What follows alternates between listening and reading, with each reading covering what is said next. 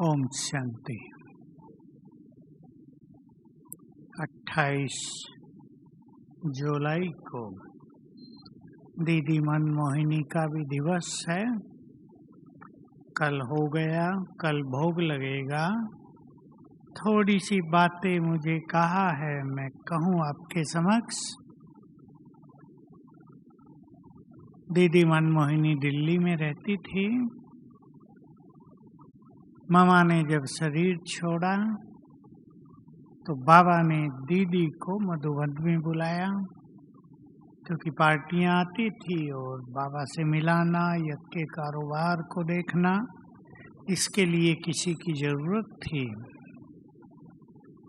दीदी मधुबन में आके रहने लगी 65 से।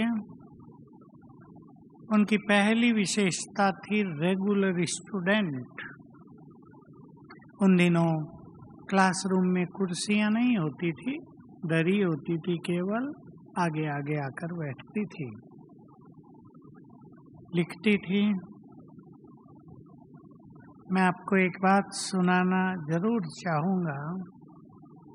रात को ठीक 9 बजे हॉल में, और जो लेट आ रहे हैं उनको पूछ रही, भाऊ काम ज़्यादा था क्या आज?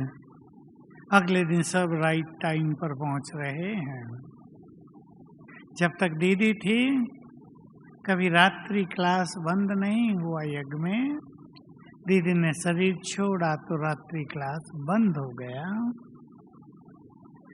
दादी को बहुत संकल्प रहता था, फिर वो शुरू हुआ। दीदी को 83 की बात है ये, आंखों में तकलीफ हुई तो कहा कि मुंबई जाएंगे चेकअप के लिए। वहाँ पर गए तो पता चला ब्रेन में ट्यूमर है, नसों को दबा रहा है, तो आंखों पर इफेक्ट आ रहा है। ऑपरेशन किया, दीदी कोमा में, 1 मास कोमा में रही। मधुबन से जाते थे निर्वैर भाई, दादी जी, मोहिनी बहन, जोर से जगाते थे दीदी को। No effect. दीदी ने जब शरीर छोड़ा तो मुंबई से बॉडी काबू में आया। 1.5 दिन लगे लाने में, क्योंकि रास्ते में सभी लोग इकट्ठे होते थे सड़कों पे, श्रद्धा सुमन अर्पित करते थे। मैं जो इम्पोर्टेंट बात है उस पर आ जाता हूँ। बाबा को भोग लगा। मोहिनी बहन जो मधुबन में थी वही संदेशी थी, बहुत अच्छे। तो बाबा ने कहा कि बच्ची का बहुत समय से संकल्प था कि बाबा, ब्रह्मा बाबा, आप वतन में रहते हो कितने साल से, कितना आनंद है वहाँ, मुझे भी तो अनुभव कराओ। तो शिव बाबा ने इस आत्मा की वो इच्छा पूरी की है। 1 मास इसको वतन में रखा है। आप सोचते थे दीदी कोमा में है, पर वो वतन में थी और बाबा उनको भिन्न भिन्न सुंदर अनुभव करा रहे थे। तब सबका चित्त शांत हो गया कि प्रभु लीला क्या और नीचे वाले क्या क्या सोचते रहते हैं। तो बहुत डिसिप्लिन थी दीदी। जब तक दीदी थी यज्ञ में सोमवार और गुरुवार मौन चलता था, और बहुत सारे भाई बहनें मौन रखते थे। जो मौन नहीं रख सकते वो बहुत धीमे बोलने, इसको मूवी कहते थे, मूवी का पालन करते थे। और बहुत ही योग युक्त वातावरण रहता था। भोजन के समय दीदी पूरे डाइनिंग हॉल में एक बार तो चक्कर लगाती थी, और उनको देखकर सभी शांत और योग युक्त होकर भोजन करते थे। तो बहुत ही अच्छी आत्मा। मेरे से विशेष संबंध इसलिए कि मुझे समर्पित कराने के निमित्त, बाबा के सामने पेश करने के निमित्त दीदी ही थी। वही मुझे लाई थी मधुवन में, इसलिए विशेष ध्यान भी रखती थी मेरा। कहीं मैं जरा सी गलती कर दूं तुरंत बुला लिया जाता था। एक बार दो छोटी सी बातें सुना देता हूँ, कितना डिसिप्लिन था यज्ञ उन दिनों। मैं दीदी से मिलने गया था, मामा का रूम, अंदर दीदी थी, मैं बाहर था, कोई मिल रहा था तो वहाँ एक अखबार का एक आधा पेज पड़ा था, मैं उसको देखने लगा। दीदी ने कहा आओ, और जाते ही पूछा तुम भी अखबार पढ़ते हो क्या? अखबार नहीं पढ़ता था कोई यज्ञ में। मैंने कहा दीदी नहीं, ये पता नहीं कब का, मैं तो देखा भी नहीं, पढ़ा था, आपका इंतजार कर रहा था, देख लिया। बाहर वो थल्ला है जहाँ सब लोग बैठते हैं। एक दिन मैंने सोचा मैं नहीं बैठता, लोग बुरा मानते होंगे, मैं भी बैठ गया। और 1 मिनट के बाद ही दीदी वहाँ से गुजरी और अंदर जाते ही मुझे बुलावा भेज दिया। मैं गया तो कहा तुम भी यहाँ बैठते हो? मैंने कहा दीदी मैं बैठता तो नहीं हूँ, आज ही बैठा था, यहाँ नहीं बैठना है, टाइम वेस्ट नहीं करना है, अच्छे संग में रहना है। तुरंत कोई गलती हो जाए तो मुझे बुलाती थी और साथ साथ सावधानी देती थी। मेरे लिए भी अच्छी बात थी, हम छोटे थे, सब कुछ तो नहीं जानते, छोटे, कुछ गलती भी कर लेते थे तो दीदी साथ साथ सावधान करती थी। आज का टॉपिक बहुत गुई और अति सुंदर है, सत्यता की शक्ति। मैं 2 बातों पर सभी का ध्यान खिंचवाऊंगा, क्योंकि यज्ञ में हम सभी संगठित रूप से रहते हैं। संगठन हमारा बड़ा है। कोई गलती हो गई, वातावरण बन जाता है, रिपोर्ट हो जाती है। एक इम्पोर्टेंट चीज पर सभी ध्यान देंगे, यदि हम सत्य हैं तो हमें स्थिति नहीं बिगाड़नी है। लोग गलती करते हैं, सत्य हैं, पता है हमने गलती नहीं की, लेकिन किसने शिकायत कर दी इन्होंने गलती की है, तो पहली बात होती है अपनी स्थिति को बिगाड़ लेते हैं, ये सोच कर कि हम सत्य हैं, हमारी बारे में रिपोर्ट क्यों की गई। कभी कभी ऐसा होता है। देखो संगम युग भी कलयुग में ही है, सत्य की सुनवाई नहीं होती। कई लोग ऐसे होते हैं सुनते हैं सबकी बात, कई लोग ऐसे होते हैं सत्य को सुनते नहीं हैं, सुनी सुनाई बातों पर विश्वास कर लेते हैं। तो भी यदि हम सत्य हैं, हमें अचल अडोल रहना चाहिए। क्यों? महावाक्य याद कर लें बाबा के, सत्य के सूर्य को असत्य के काले बादल ढक नहीं सकते। स्ट्रॉन्ग महावाक्य है। काले बादल छंट जाएंगे, सत्य का सूर्य प्रकट हो जाएगा। दूसरा महावाक्य है, बड़े काम के महावाक्य हैं, ये लोप हो गए थे, कलयुग के अंधकार में ये महावाक्य लोप हो गए थे। दूसरी बात बाबा ने कही, सत्य में शक्ति है स्वतः ही सिद्ध होने की। लेकिन एक चीज देखी जाती है कि सत्य को स्वतः ही सिद्ध होने में देर लगती है। तब तक जो सत्य से घिरा हुआ है व्यक्ति, जो सत्य और असत्य के चक्रव्यूह में आ गया है, उसकी स्थिति बिगड़ जाती है। मैं कुछ ओपनली आपको कहूं, भगवान के महावाक्य हैं, हम सब ने सुने हैं, जिधर सत्य है उधर बाप है,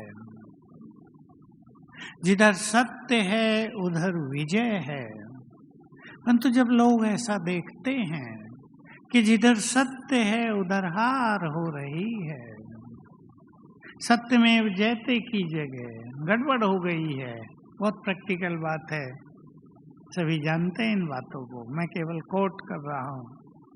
जब देखते हैं कि असत्यमेव जयते हो रहा है, सत्य निर्बल पड़ रहा है, सत्य का पक्ष सुना नहीं जा रहा है, सत्य अकेला हो गया है, सत्य के साथी सब साथ छोड़कर चले गए हैं, होता है ना ऐसा, तब मनुष्य विचलित हो जाता है।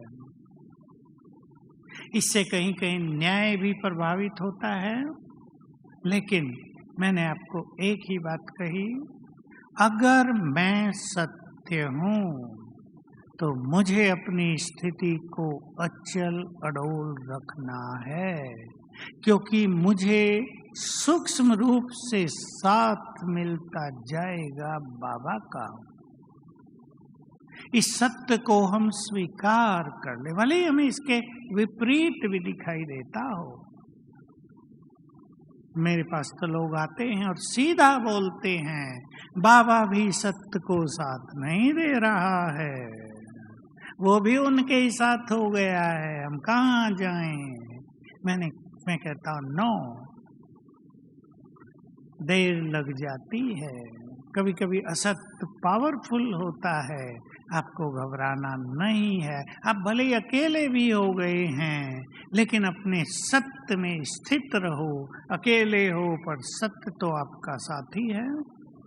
हमें अपने अंदर सत्यता की शक्ति जमा करनी है, केवल सत्य नहीं। अंडरलाइन करेंगे इन शब्दों को, केवल सत्य की विजय नहीं होगी, विजय उसकी होगी जिसके पास सत्य की शक्ति है। लोग सत्यता की बात सुन के केवल इतना मानते हैं कि हमें सच बोलना चाहिए, और बाबा ने ट्रेनिंग बहुत दी है, भाई गलती करो तो सच सच सुनाओ। कईयों को आदत पड़ गई है गलती करते रहना, सच सच सुनाते रहना। बाबा का कमरा खुला है, चिट्ठी लिख के रखते रहना, बाबा आज फिर वही गलती हो गई, आज फिर वही गलती हो गई। ये सत्य की शक्ति नहीं है। केवल सत्य बोलना नहीं, अपने सत्य स्वरूप में स्थित होना। विचार करेंगे हमारा सत्य स्वरूप क्या है, जिससे हमें शक्तियां मिलेंगी। केवल सच बोलने की बात नहीं। सच बोलने के बारे में तो दुनिया में भी ये कह दिया गया। संस्कृत में बहुत अच्छा ये मंत्र है, महावाक्य है, सत्यम बुरियात प्रियम बुरियात, न बुरियात सत्यम है प्रियम। सत्य बोलो लेकिन प्रिय भी बोलो। ऐसा सत्य न बोलो जो प्रिय न हो। सत्य को समय देखकर ही बोलना चाहिए, नहीं तो सत्य भयानक परिणाम भी ला सकता है।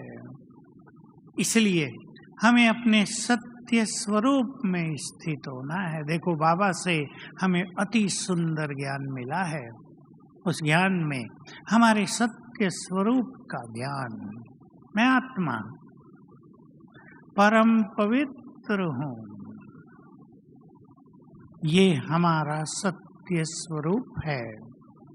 इस स्वरूप में स्थित रहना, इससे हमें शक्तियां मिल जाएंगी।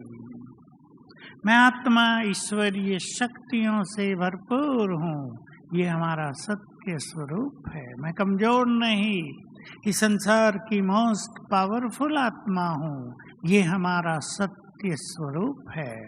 इसमें स्थित होने से हमें शक्तियां मिल जाती हैं। हमारे पांचों स्वरूप, जिस पर बाबा ने बहुत फोर्स दिया है, पांचों स्वरूप का अभ्यास करो, वही हमारे सत्य स्वरूप हैं। जितना जितना उनका अभ्यास होता जाएगा, उतनी शक्तियां बढ़ती जाएंगी। तो हमारे सत्य के चारों ओर पावरफुल ऑरा बन जाएगा, आभा मंडल बन जाएगा। वो आभा मंडल हमें सुरक्षित करेगा। हम अपने सत्य स्वरूप को पहचानते चलें। बाबा का सत्य स्वरूप, बहुत बड़ा ज्ञान मिल गया है हम सबको। देखो ये दो ही ज्ञान संसार से पूरी तरह लुप्त थे, आत्मा का ज्ञान और परमात्मा का ज्ञान। उनके सत्य स्वरूप का किसी को भी ज्ञान नहीं था। चारों वेद पढ़ लिए लोगों ने, फिर भी भगवान की खोज वैसे ही बनी रही। मैं पूछा करता था जब हम लोग डिबेट करते थे ना शास्त्रवादियों से, मैं पूछता था वेदों में संपूर्ण सत्य ज्ञान है मान लिया, लेकिन चारों वेद पढ़कर भी आपकी सत्य की खोज समाप्त क्यों नहीं हुई? 6 दर्शन हैं जिन्हें 6 शास्त्र कहते हैं, उपनिषद है, गीता है। गीता में तो आत्मा का ज्ञान दूसरा अध्याय में भरा हुआ है। वो सब पढ़ के भी मैं कौन हूँ लोग ये जान नहीं पाए, क्योंकि केवल ये जानने से कि मैं आत्मा हूँ ज्ञान पूरा नहीं हो जाता। हम सब जानते हैं आत्मा का कितना गहन ज्ञान बाबा ने हमें दिया है। उसका चिंतन यदि हम करेंगे तो सत्य की शक्ति हमें प्राप्त होती जाएगी। बाबा का सत्य स्वरूप, बाबा के बारे में तो पूरा ज्ञान, भगवान के बारे में लोग ढूंढ रहे हैं। सर्वव्यापी कह दिया तो बाकी भी सब खेल पूरा कर दिया है। बाबा को वैज्ञानिक भाषा में एक सुंदर नाम दिया जाता है। हमारे यहाँ डॉक्टर एल.एस. माथुर जो बहुत बड़े वैज्ञानिक थे, बाबा के समय से ज्ञान में थे वो। उस समय उनसे बड़ा वीआईपी हमारे पास कोई नहीं आता था। वो डायरेक्टर जनरल थे सारे भारत में। जो मौसम विभाग की लेबोरेटरीज बनी हुई हैं उन्हें ऑब्जर्वेटरीज कहते हैं, डायरेक्टर जनरल। वो ये नाम देते थे कि भगवान है point source of supreme energy. आप सबको पता हो फिजिक्स में ये पढ़ाया जाता है, छोटी क्लासों से ही शुरू हो जाता है, 11वीं से ही, कि जो चीज जितनी सूक्ष्म है वो उतनी ही पावरफुल है। इसलिए बड़ी बड़ी जो बिल्डिंग होती है ऊंची, उस पे एक छोटा सा तार लगाया जाता है। जब बिजली गिरती है तो बड़ा बिजली का अमाउंट उस छोटे से तार में समा के जमीन में चला जाता है। तो जो चीज जितनी सूक्ष्म है वो उतनी ही पावरफुल है। एटम बम भी इसी सिद्धांत पर बनते हैं। और जो सबसे पावरफुल है वो सबसे सूक्ष्म होना चाहिए। तो भगवान ऑलमाइटी, सर्वशक्तिवान, इसलिए सबसे सूक्ष्म, उसको देख नहीं सकते आंखों से। उसके सत्य स्वरूप पर बुद्धि को स्थिर कर देना, सबसे ज्यादा सत्य की शक्ति इससे मिलेगी। इसलिए आप सभी भाई बहनें चलते फिरते जो परम सत्य है उस पर अपनी बुद्धि को एक एक मिनट भी स्थिर किया करें, जैसे उसको देख रहे हैं, उसकी छवि को निहार रहे हैं, उसकी ब्यूटी पर बुद्धि को स्थिर कर दी है। वो सर्वशक्तिवान है, ये सत्य है। उसके बारे में बहुत कुछ कहा जा सकता है। मैं थोड़ी सी बात आपके समक्ष रख रहा हूँ। ये सत्य है कि इस समय वो हमारा है। भक्ति में गाते थे, तुम हमारे हो हम तुम्हारे हैं। प्रैक्टिकल में अब वो हुआ है, वो हमारा है। और सबसे बड़ी चीज रियलाइज करेंगे सभी भाई बहने, इस बात पे वर्क करना कि वो जब हमारा है तो उस पर हमारा अधिकार है। इस अधिकार को कैसे हम यूज करें? मैं एक उदाहरण दे रहा हूं आपको। आपकी तबीयत खराब हो गई है, रात को कोई नहीं है, मान लो आप कहीं बाहर हैं, कोई आपको देखने वाला नहीं, कोई डॉक्टर नहीं, कोई दवाई नहीं, तब आप अधिकार से बाबा का इस तरह आह्वान करना, हे सुप्रीम सर्जन, हे वैद्यों के वैद्य, आ जाओ, मुझे आपकी जरूरत है, बता दो ये हो रहा है। जैसे वैद्य को, डॉक्टर को हम सब कुछ बता देते हैं, ये हो रहा है, आप वैद्यों के वैद्य हैं, अब मुझे ठीक करो अधिकार से, भक्तों की तरह मांग से नहीं। सभी ज्ञानी आत्माएं बैठी हैं, इस रहस्य को अच्छी तरह जानते हैं। अधिकार से उसको कहेंगे आ जाओ और ये चीज ठीक करो, अनुभव होगा, ठीक करता है। हमारी हर बात सुनी जाती है। जो बहुत लोग कहते हैं बाबा भी सुनता नहीं है, वो गलत कहते हैं। मैं दो बात बार बार आपको कहूंगा, बाबा के पास कोई भी ऊपर पहुंच जाए मदद के लिए, वो खाली हाथ नहीं आएगा। अधिकार से लेना सीखे, भक्तों की तरह मांगे नहीं, बाबा ये समस्या हो गई कुछ कर दो ना, ऐसे तो वो सबका नहीं करेगा। जो उस पे अधिकार कर लेंगे, उसको अपने प्यार की रस्सियों में बांध लेंगे, उसके लिए वो बंद कर नीचे आ जाएगा। बाबा ने बोल दिया था तुम्हारे पास दो रस्सियां हैं बाप को बांधने की, एक प्यार की, एक अधिकार की। आप खुद चिंतन करना, इन दोनों रस्सियों में हम भगवान को बांधकर नीचे बुला सकते हैं, खींच सकते हैं, और उससे वो सब करा सकते हैं जो हमें कठिन लग रहा हो, जो भारी काम हो, जो हमें भारी कर रहा हो। तो हम अपने सत्य स्वरूप को पहचानेंगे, अपने सत्य स्वरूप में स्थित हो जाएंगे और बाबा का ये महावाक्य याद करेंगे, सत्य की नैया हिले डुलेगी जरूर पर डूबेगी नहीं। हमारे साथ परम सत्य है।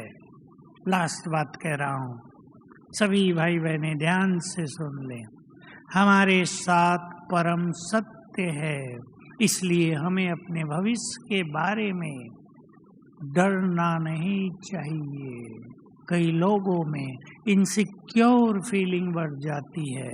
इनसिक्योर इंग्लिश का शब्द है असुरक्षा की भावना, और बहुत संकल्प चलने लगते हैं कहीं ऐसा ना हो जाए, ये हो गया तो क्या होगा।